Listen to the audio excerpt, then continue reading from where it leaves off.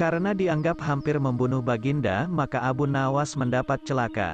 Dengan kekuasaan yang absolut, Baginda memerintahkan prajurit-prajuritnya langsung menangkap dan menyeret Abu Nawas untuk dijebloskan ke penjara. Waktu itu Abu Nawas sedang bekerja di ladang karena musim tanam kentang akan tiba. Ketika para prajurit kerajaan tiba, ia sedang mencangkul. Dan tanpa alasan yang jelas mereka langsung menyeret Abu Nawas sesuai dengan titah Baginda. Abu Nawas tidak berkutik. Kini ia mendekam di dalam penjara. Beberapa hari lagi kentang-kentang itu harus ditanam. Sedangkan istrinya tidak cukup kuat untuk melakukan pencangkulan. Abu Nawas tahu bahwa tetangga-tetangganya tidak akan bersedia membantu istrinya sebab mereka juga sibuk dengan pekerjaan mereka masing-masing. Tidak ada yang bisa dilakukan di dalam penjara kecuali mencari jalan keluar. Seperti biasa Abu Nawas tidak bisa tidur dan tidak enak makan, ia hanya makan sedikit. Sudah 2 hari ia meringkuk di dalam penjara. Wajahnya murung. Hari ketiga Abu Nawas memanggil seorang pengawal. "Bisakah aku minta tolong kepadamu?" kata Abu Nawas membuka pembicaraan. "Apa itu?" kata pengawal itu tanpa gairah.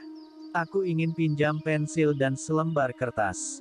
Aku ingin menulis surat untuk istriku. Aku harus menyampaikan sebuah rahasia penting yang hanya boleh diketahui oleh istriku saja." Pengawal itu berpikir sejenak lalu pergi meninggalkan Abu Nawas. Ternyata pengawal itu menghadap Baginda Raja untuk melapor. Mendengar laporan dari pengawal, Baginda segera menyediakan apa yang diminta Abu Nawas. Dalam hati, Baginda bergumam mungkin kali ini ia bisa mengalahkan Abu Nawas. Abu Nawas menulis surat yang berbunyi, "Wahai istriku, janganlah engkau sekali-kali menggali ladang kita karena aku menyembunyikan harta karun dan senjata di situ. Dan tolong jangan bercerita kepada siapapun." Tentu saja surat itu dibaca oleh Baginda karena beliau ingin tahu apa sebenarnya rahasia Abu Nawas. Setelah membaca surat itu Baginda merasa puas dan langsung memerintahkan beberapa pekerja istana untuk menggali ladang Abu Nawas.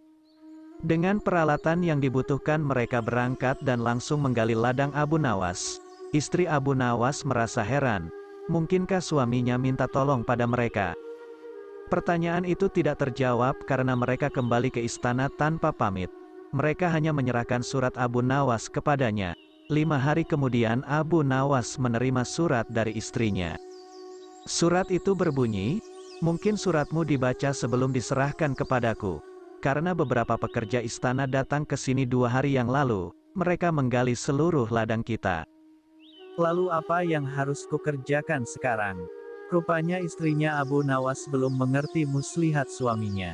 Tetapi dengan bijaksana Abu Nawas membalas, "Sekarang engkau bisa menanam kentang di ladang tanpa harus menggali, wahai istriku." Kali ini Baginda tidak bersedia membaca surat Abu Nawas lagi. Baginda makin mengakui keluarbiasaan akal Abu Nawas.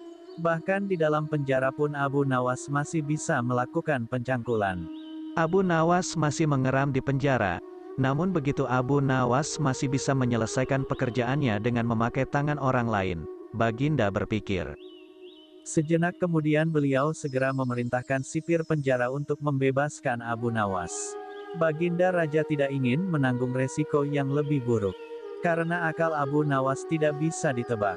Bahkan di dalam penjara pun Abu Nawas masih sanggup menyusahkan orang. Keputusan yang dibuat Baginda Raja untuk melepaskan Abu Nawas memang sangat tepat.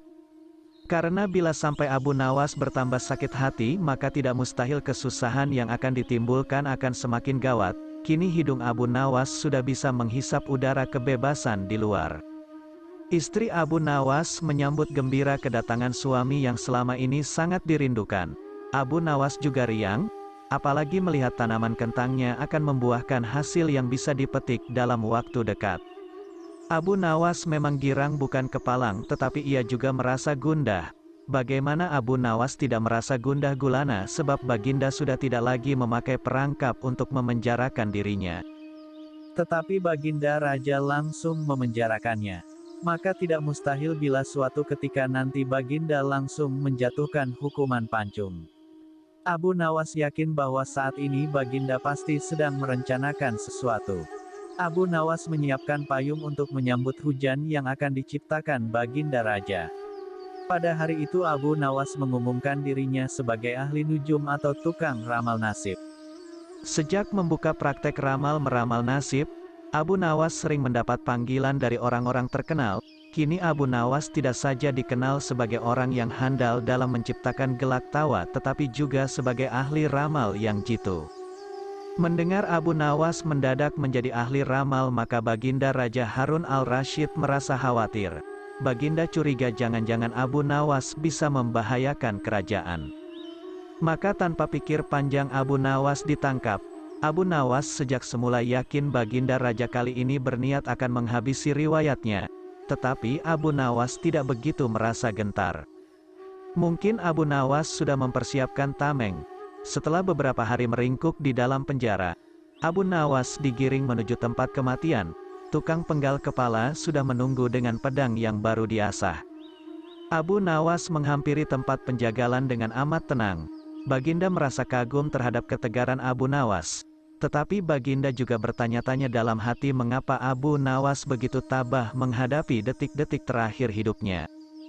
Ketika Algojo sudah siap mengayunkan pedang, Abu Nawas tertawa-tawa sehingga Baginda menangguhkan pemancungan. Beliau bertanya, "Hai Abu Nawas, apakah engkau tidak merasa ngeri menghadapi pedang Algojo?" "Ngeri tuanku yang mulia, tetapi hamba juga merasa gembira," jawab Abu Nawas sambil tersenyum. "Engkau merasa gembira?" tanya Baginda kaget. "Betul Baginda yang mulia, karena tepat 3 hari setelah kematian hamba, maka Baginda pun akan mangkat menyusul hamba ke liang lahat. Karena hamba tidak bersalah sedikitpun." Kata Abu Nawas tetap tenang. Baginda gemetar mendengar ucapan Abu Nawas. Dan tentu saja hukuman pancung dibatalkan. Abu Nawas digiring kembali ke penjara. Baginda memerintahkan agar Abu Nawas diperlakukan istimewa. Malah Baginda memerintahkan supaya Abu Nawas disuguhi hidangan yang enak-enak, tetapi Abu Nawas tetap tidak kerasa tinggal di penjara. Abu Nawas berpesan dan setengah mengancam kepada penjaga penjara bahwa bila ia terus-menerus mendekam dalam penjara ia bisa jatuh sakit atau meninggal. Baginda Raja terpaksa membebaskan Abu Nawas setelah mendengar penuturan penjaga penjara. Cita-cita atau obsesi menghukum Abu Nawas sebenarnya masih bergolak. Namun Baginda merasa kehabisan akal untuk menjebak Abu Nawas. Seorang penasihat kerajaan kepercayaan Baginda Raja menyarankan agar Baginda memanggil seorang ilmuwan ulama yang berilmu tinggi untuk menandingi Abu Nawas. Pasti masih ada peluang untuk mencari kelemahan Abu Nawas. Menjebak pencuri harus dengan pencuri, dan ulama dengan ulama. Baginda menerima usul yang cemerlang itu dengan hati bulat. Setelah ulama yang berilmu tinggi berhasil ditemukan, Baginda Raja menanyakan cara terbaik menjerat Abu Nawas. Ulama itu memberitahu cara-cara yang paling jitu kepada Baginda Raja. Baginda Raja manggut-manggut setuju. Wajah Baginda tidak lagi murung. Apalagi ulama itu menegaskan bahwa ramalan Abu Nawas tentang takdir kematian Baginda Raja sama sekali tidak mempunyai dasar yang kuat. Tiada seorang pun manusia yang tahu kapan dan di bumi mana ia akan mati, apalagi tentang ajal orang lain. Ulama andalan Baginda Raja mulai mengadakan persiapan seperlunya untuk memberikan pukulan fatal bagi Abu Nawas. Siasat pun dijalankan sesuai rencana. Abu Nawas terjerembab ke lubang siasat sang ulama. Abu Nawas melakukan kesalahan yang bisa menghantarnya ke tiang gantungan atau tempat pemancungan. Benarlah peribahasa yang berbunyi sepandai-pandai tupai melompat pasti suatu saat akan terpeleset. Kini, Abu Nawas benar-benar mati kutu. Sebentar lagi ia akan dihukum mati karena jebakan sang ilmuwan ulama. Benarkah Abu Nawas sudah keok? Kita lihat saja nanti. Banyak orang yang merasa simpati atas nasib Abu Nawas, terutama orang-orang miskin dan tertindas yang pernah ditolongnya. Namun derai air mata para pecinta dan pengagum Abu Nawas tak akan mampu menghentikan hukuman mati yang akan dijatuhkan. Baginda Raja Harun al-Rasyid benar-benar menikmati kemenangannya. Belum pernah Baginda terlihat seriang sekarang. Keyakinan orang banyak bertambah mantap. Hanya satu orang yang tetap tidak yakin bahwa hidup Abu Nawas akan berakhir setragis itu, yaitu istri Abu Nawas. Bukankah Allah Azza wa Jalla lebih dekat daripada urat leher? Tidak ada yang tidak mungkin bagi Allah yang maha gagah, dan kematian adalah mutlak urusannya. Semakin dekat hukuman mati bagi Abu Nawas, orang banyak semakin resah, tetapi bagi Abu Nawas malah sebaliknya, semakin dekat hukuman bagi dirinya, semakin tegar hatinya. Baginda Raja tahu bahwa ketenangan yang ditampilkan Abu Nawas hanyalah merupakan bagian dari tipu dayanya. Tetapi Baginda Raja telah bersumpah pada diri sendiri bahwa beliau tidak akan terkecoh untuk kedua kalinya. Sebaliknya Abu Nawas juga yakin, selama nyawa masih melekat maka harapan akan terus menyertainya. Tuhan tidak mungkin menciptakan alam semesta ini tanpa ditaburi harapan-harapan yang menjanjikan. Bahkan dalam keadaan yang bagaimanapun gawatnya, keyakinan seperti inilah yang tidak dimiliki oleh Baginda Raja dan ulama itu. Seketika suasana menjadi hening, sewaktu Baginda Raja memberi sambutan singkat tentang akan dilaksanakan hukuman mati atas diri terpidana mati Abu Nawas. Kemudian tanpa memperpanjang waktu lagi Baginda Raja menanyakan permintaan terakhir Abu Nawas, dan pertanyaan inilah yang paling dinanti-nantikan Abu Nawas. Adakah permintaan yang terakhir? Ada paduka yang mulia. Jawab Abu Nawas singkat. Sebutkan, kata Baginda. Sudilah kiranya hamba diperkenankan memilih hukuman mati yang hamba anggap cocok wahai Baginda yang mulia. Pinta Abu Nawas. Baiklah, kata Baginda menyetujui permintaan Abu Nawas. Paduka yang mulia, yang hamba pinta adalah bila pilihan hamba benar hamba bersedia dihukum pancung. Tetapi jika pilihan hamba dianggap salah maka hamba dihukum gantung saja. Kata Abu Nawas memohon, engkau memang orang yang aneh. Dalam saat-saat yang amat genting pun engkau masih sempat bersenda gurau. Tetapi ketahuilah bagiku segala tipu muslihatmu hari ini tak akan bisa membawamu kemana-mana. Kata Baginda sambil tertawa, hamba tidak bersenda gurau paduka yang mulia. Kata Abu Nawas bersungguh-sungguh, Baginda makin terpingkal-pingkal.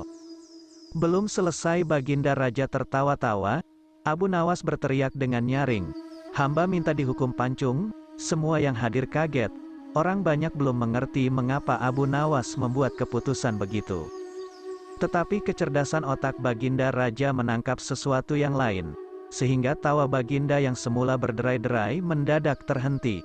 Kening Baginda berkenyit mendengar ucapan Abu Nawas. Baginda Raja tidak berani menarik kata-katanya karena disaksikan oleh ribuan rakyatnya. Beliau sudah terlanjur mengabulkan Abu Nawas menentukan hukuman mati yang paling cocok untuk dirinya. Kini kesempatan Abu Nawas membela diri.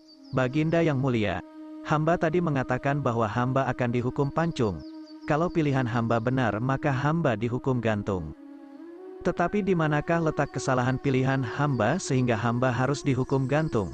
Padahal hamba telah memilih hukuman pancung. Olah kata Abu Nawas memaksa Baginda Raja dan ulama itu tercengang.